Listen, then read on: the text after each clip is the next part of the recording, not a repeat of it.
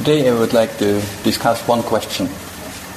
The question is this: how to determine whether an action is morally as well as socially good or bad.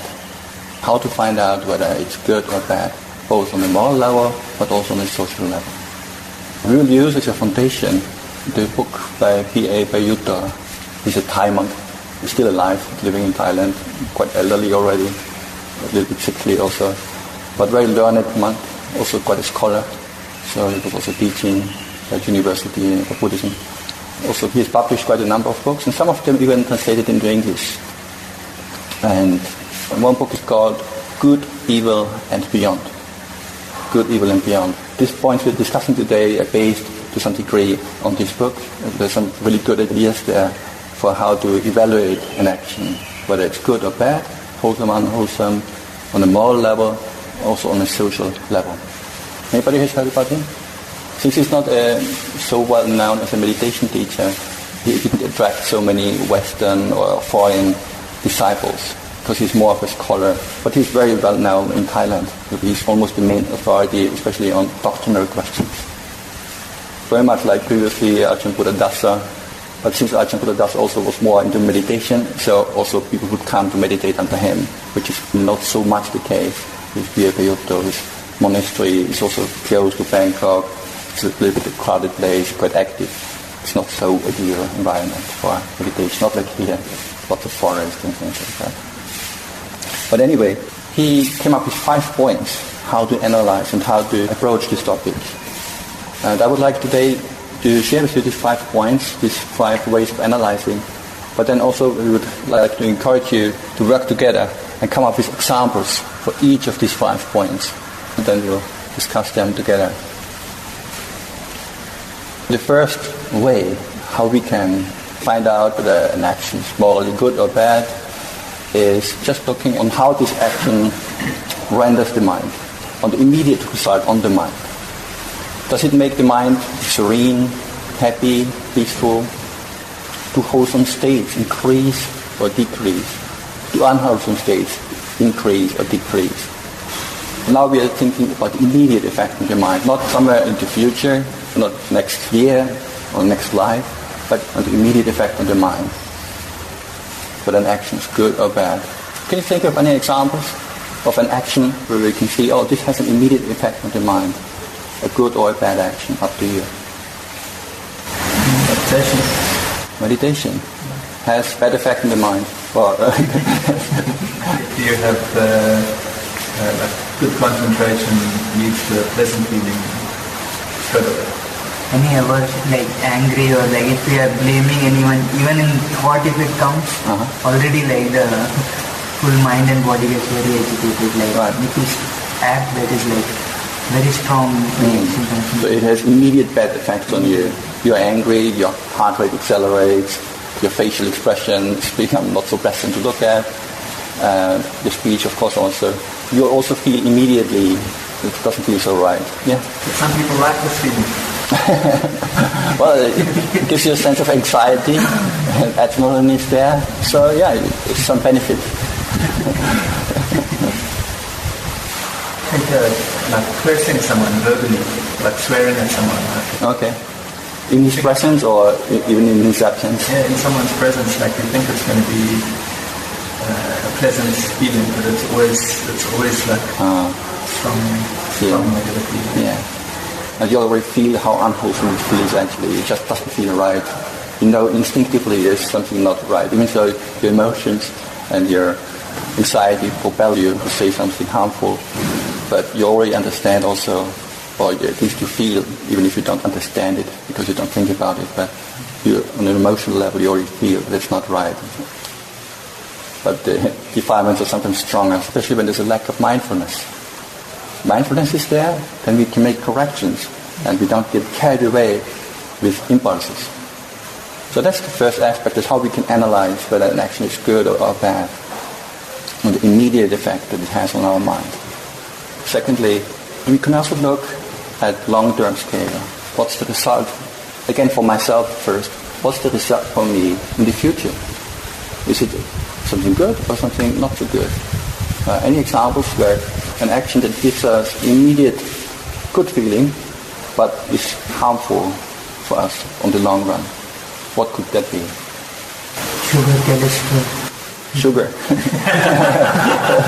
Sugar, cholesterol, okay. I don't know if you all understand what it means. Yeah, you eat something, so it gives you a nice feeling straight away, but you know it's not good for your body. So in the long run, it's not good for you. Yeah? Maybe something like sexual desire, which feels pleasant in the present, but it only leads to trouble. Yeah, sexual desire. Having fantasies can sometimes be associated with pleasant feelings. That's why a person might indulge in these kind of fantasies.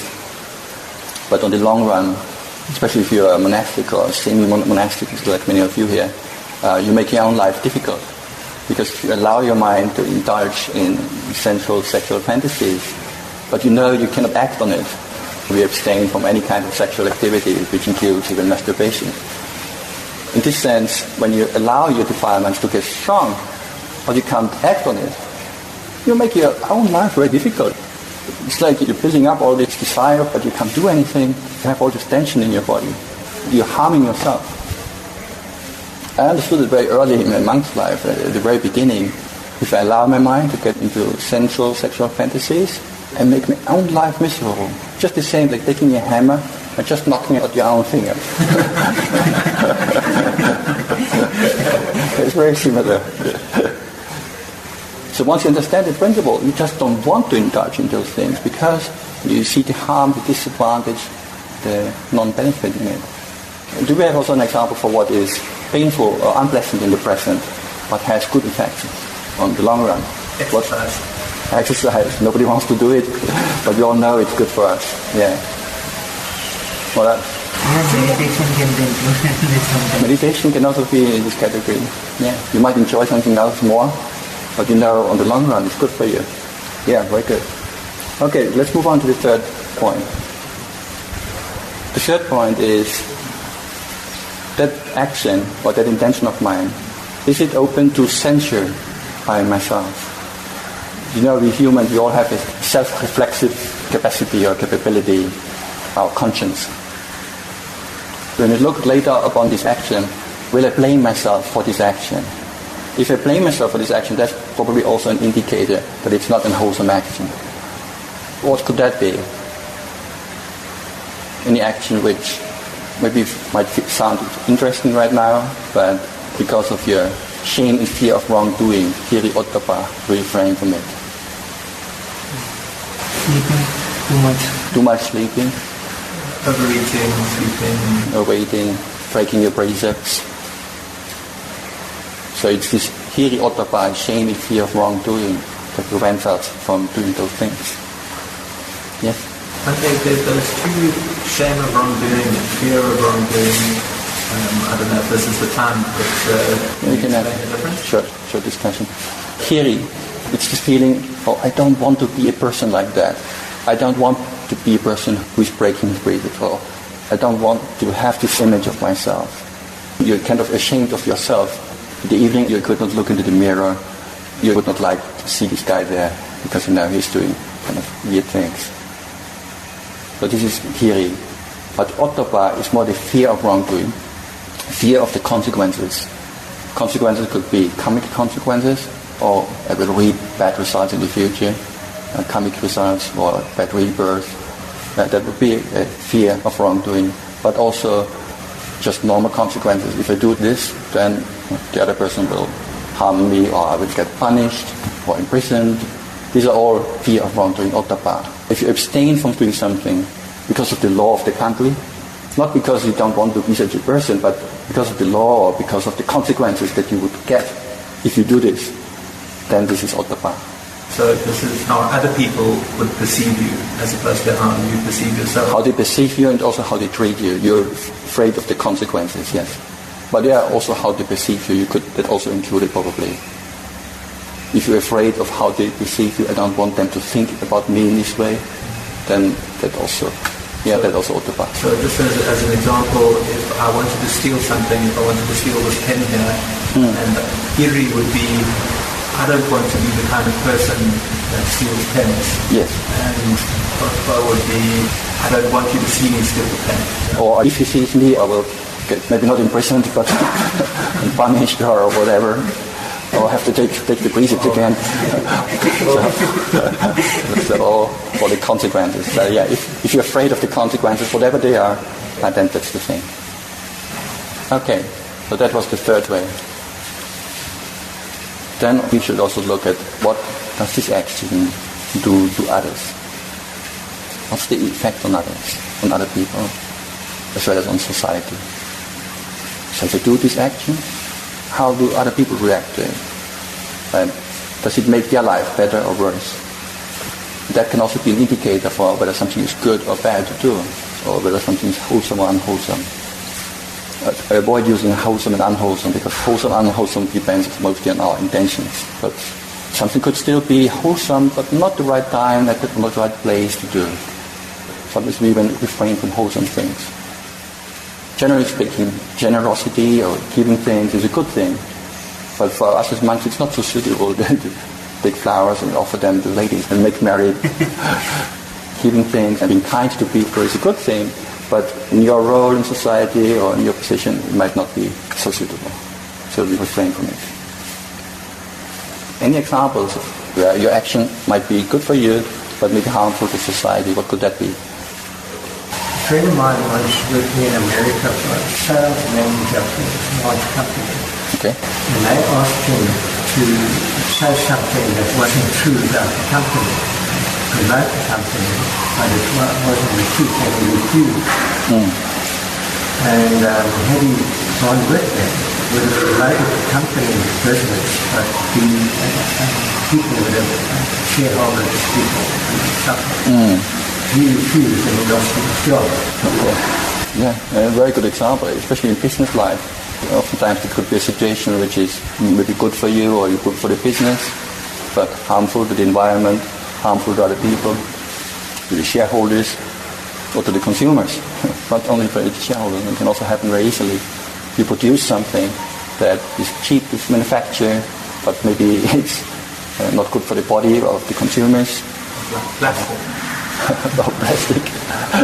Or not a good quality. You know it will break after half a year, but the product is supposed to last for several years.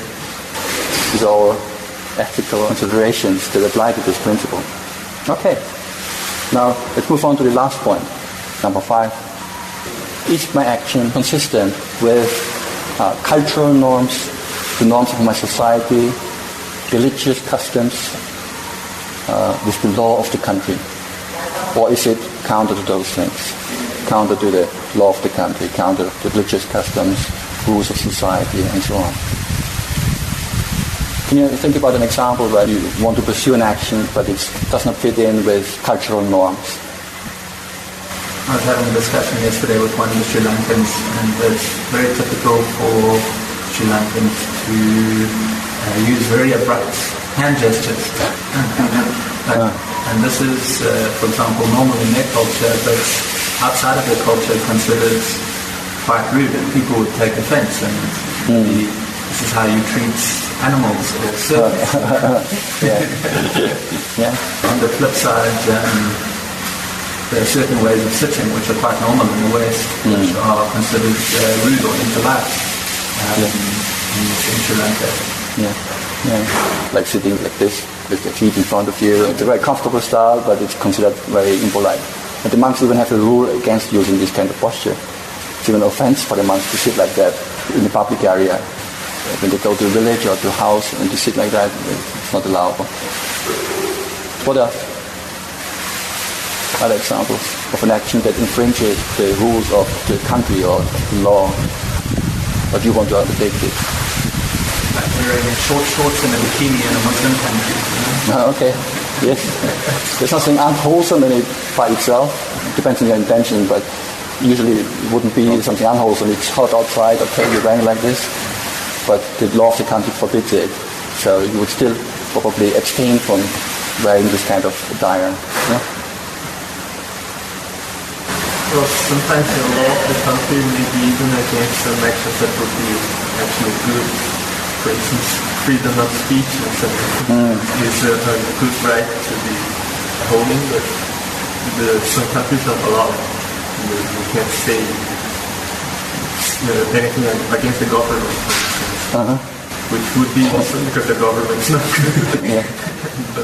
Yes. That's actually a very important point I wanted to make. Thanks for reminding me that this last point, these cultural norms and the laws of the country or religious customs, we can and should follow them as long as they are not unwholesome. As long as they are based on wisdom and on human rights, you can also say probably, so long it's good to follow those things. But there could be cases where the law of the country requests you to do something unwholesome. There were many examples of this under apartheid governments in South Africa, where just simple actions were against the rules of the country, like having a relationship with a person of a different color, you could end up in jail for this. It's a normal action, that considered very unwholesome to the rules of the country. So you have to navigate basically between, on the one side, what is wholesome and unwholesome, and what is the laws and customs of the society where we live. So sometimes we cannot make use of the full range of wholesome actions that we would like to make use of, but when it comes to unwholesome actions, we refrain, even if somebody demands it from us or requests it from us. But that's where I personally would set the boundary. So I'm happy not to do any possible wholesome things if this is not allowed in this place. But it's not so good to do unwholesome things just because somebody requests you to do so. That I think of is, people of a country are conscripted and have to fight a war, a bush war. This is what it is.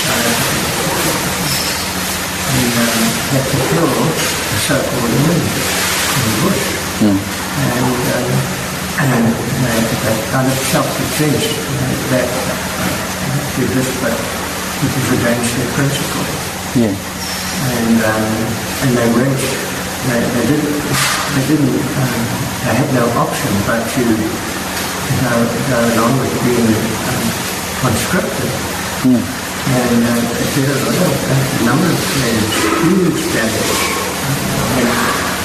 psychological damage after they returned from that war.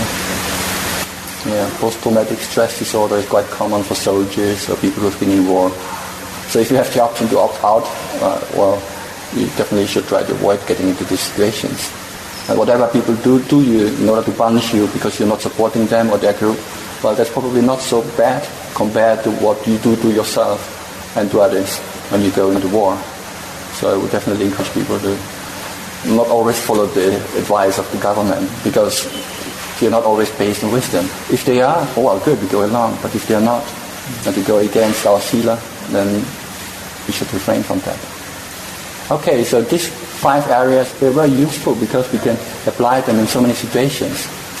Firstly, is it beneficial to the mind, or what's the immediate outcome on me, on the mind, on my well-being? Secondly, what's the long-term benefit or harm on myself? Number 3, in terms of conscience, will I blame myself for doing this or not? Number 4, what's the outcome on others? Is it beneficial to others or is it harmful?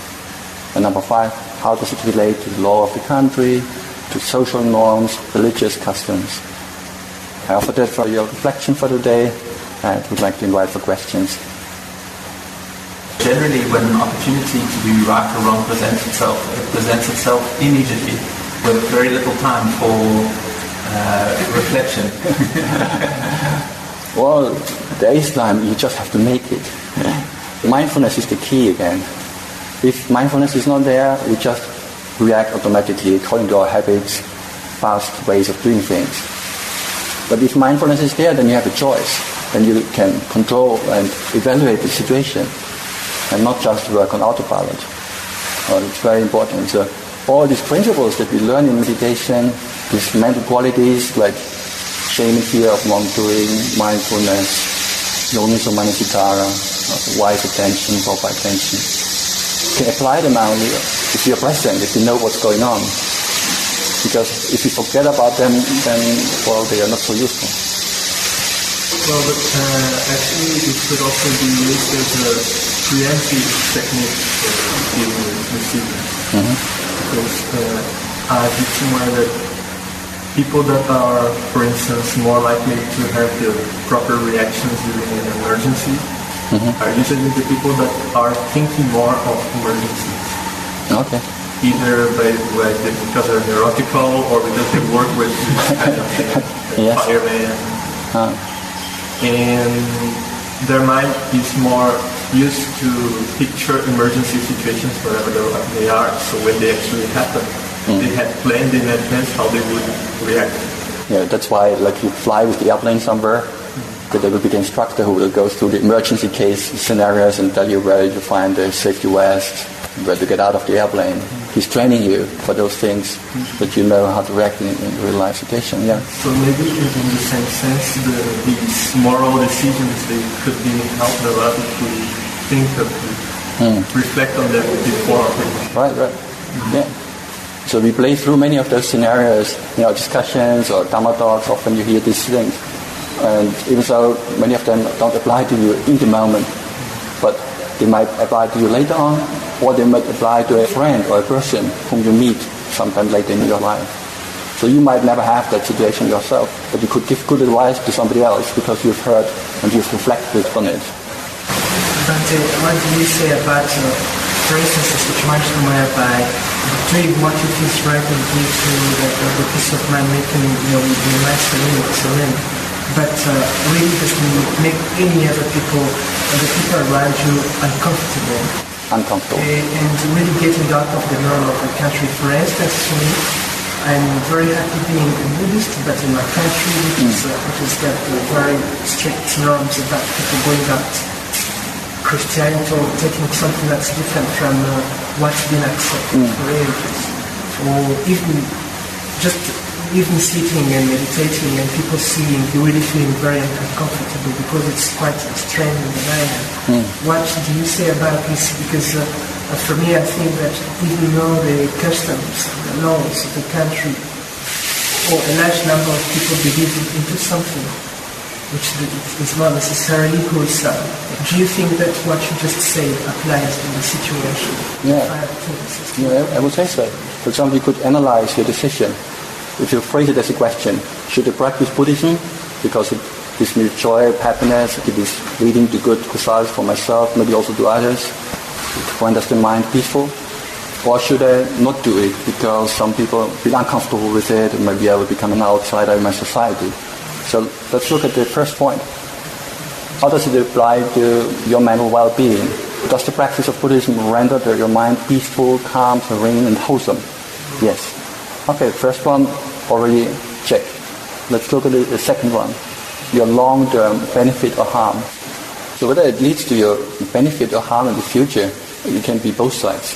Because it can be beneficial to you, probably it is, because your mind becomes more wholesome, your relationships will improve. But there could also be unpleasant results. As you mentioned, people might criticize you. Every now and then somebody will come up, maybe blame you. So there could be also future negative impacts. So it could be various actually. But you have to evaluate which is more important or which is more likely or also more often. So how often does this happen? How often does the other thing happen? Because if it's just once in a blue moon that somebody blames me for what I do, then I would still not abstain from doing it just because once a year somebody comes up. If it gives me the whole year pleasure and wholesome mental state, then I would not worry too much about it. So that's the second one. And the third one about your self-reflection, capacity, your conscience. Do you blame yourself for being a Buddhist? No. Okay, so this one also check. Number 4, how is it in relation to others? So this is probably also a double answer again. Because some things will improve your relationship with others when you practice right speech, like we do in Buddhism. So you abstain from lying, you abstain from harsh speech, refrain from backbiting, and also you refrain from gossip, useless speech. Usually think if you do those things, your relationships will improve with people. But then also, as you say, there could be people who don't like what you're doing, so both effects are possible. And then lastly, as you said, does it fit in with the cultural norms, with my society? Probably in this light, it's not so good to do. So now you have to weigh the 5 points, which one is more important to you, and are you willing to take the disadvantages on board and live with them? The score is 3-2. 3-2, if you just counted up the score like that, But also we're not including, like when we're talking about people, culture, society, we're not including Sri Lankans. Like, you'll be very happy that, one person you could just go to another place and then be surrounded by people who say, oh, wonderful, you come from this country and you come to us and you practice like this. It's like 5, I think, if you take that. Yeah. So then that's the easy way out. Change the environment, the living conditions. Very often, like for example, in the Samanera training we're doing, there's the discussion of keeping sila even when it will kill you, And this is quite interesting to evaluate by this model. Okay. So what would society think about it? They would praise you, eh? The only thing that you're basically keeping is you taking the weight of future benefits and society, especially monastic society, would praise it. But in the short term, it's painful for you. In the long term, maybe there's benefits. Would you think to yourself, I suppose that's also it. Actually, it's still quite good, no? Yeah, it's still quite good score. It's quite good, strangely, it's quite good to die for. Yeah, counterintuitively, this test can give a pretty accurate result. So I offer that for your reflection and would like to close the morning for this day.